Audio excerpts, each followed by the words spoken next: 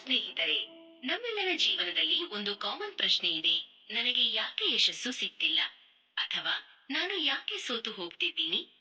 ಜೀವನ ಅನ್ನೋದು ಒಂದು ಸಮುದ್ರದ ಹಾಗೆ. ಇಲ್ಲಿ ಅಲೆಗಳು ಸಕ್ಸಸ್ ಬರುತ್ತೆ, ಹಾಗೆ ಸುಳಿ ಫೇಲಿಯರ್ ಕೂಡ ಬರುತ್ತೆ.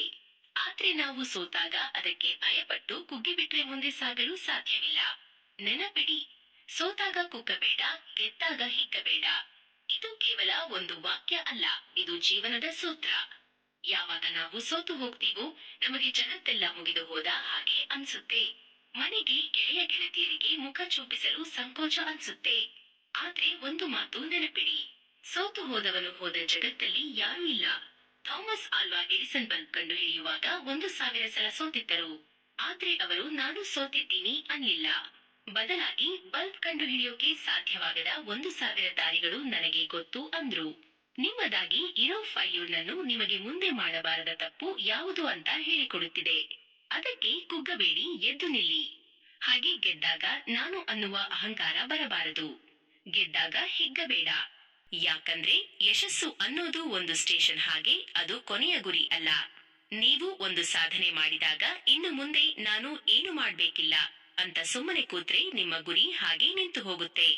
ಗೆದ್ದಾಗ ತಲೆ ತಗ್ಗಿಸಿ ಇನ್ನೂ ಹೆಚ್ಚು ಕಲಿಯಲು ಪ್ರಯತ್ನ ಮಾಡಿ. ನಿಮ್ಮನ್ನು ನೀವು ಹೇಗೆ ಹ್ಯಾಂಡಲ್ ಮಾಡ್ತೀರಾ ಅನ್ನೋದು ನಿಮ್ಮ ವ್ಯಕ್ತಿತ್ವವನ್ನು ಚೂಪಿಸುತ್ತೆ. ಪ್ರಯತ್ನ ನಿಮಿತ್ತವಾಗಿರಲಿ. ಅಂತೆ ನಿಮ್ಮ ಕೆಲಸ ನಿಲ್ಸಬೇಡಿ. ನಡಿಬೇಕು, ಕೊನೆಗೆ ಗುರಿ ಮುಟ್ಟುವವರೆಗೂ ನಿಲ್ಲಬಾರದು. ಒಂದು ದಿನ ಕೆಲಸ ಮಾಡಿ ಇನ್ನು 3 ದಿನ ರೆಸ್ಟ್ ತಗೊಂಡ್ರೆ ಯಶಸ್ಸು ಸಿಗೋಲ್ಲ. ನಿಮ್ಮ ಪ್ರಯತ್ನ ಪ್ರತಿದಿನ, ಪ್ರತಿ ಕ್ಷಣ ಇರಲಿ. ನಿಮ್ಮನ್ನು ನೀವು ನಂಬಿರಿ. ಈ ಪ್ರಪಂಚ ನಿಮ್ಮನ್ನು ನಂಬುತ್ತೆಯೋ ಇಲ್ಲವೋ ಗೊತ್ತಿಲ್ಲ, ಆದ್ರೆ ನಿಮಗೆ ನಿಮ್ಮ ಮೇಲೆ ನಂಬಿಕೆ ಇದ್ರೆ ಈ ಜಗತ್ತಲ್ಲಿ ಯಾವುದೇ ಶಕ್ತಿ ನಿಮ್ಮನ್ನು ತಡೆಯಲು ಸಾಧ್ಯವಿಲ್ಲ. ಕೊನೆಯ ಮಾತು, ಸೋಲು ನಿಮ್ಮನ್ನು ಕೊಲ್ಲಲು ಬರೋಲ್ಲ, ಅದು ನಿಮ್ಮನ್ನು ತಿದ್ದಿ ತೀಡಲು ಬರುತ್ತೆ. ಗೆಲುವು ನಿಮ್ಮನ್ನು ಮೇಲಾಕೆ ಬರೋಲ್ಲ, ಅದು ನಿಮ್ಮನ್ನು ಇನ್ನೂ ಜವಾಬ್ದಾರನಾಗಿ ಮಾಡೋಕೆ ಬರುತ್ತೆ. ಹೋಗಿ ನಿಮ್ಮ ಕೆಲಸವನ್ನು ಹೊಸ ಉತ್ಸಾಹದಿಂದ ಶುರು ಮಾಡಿ.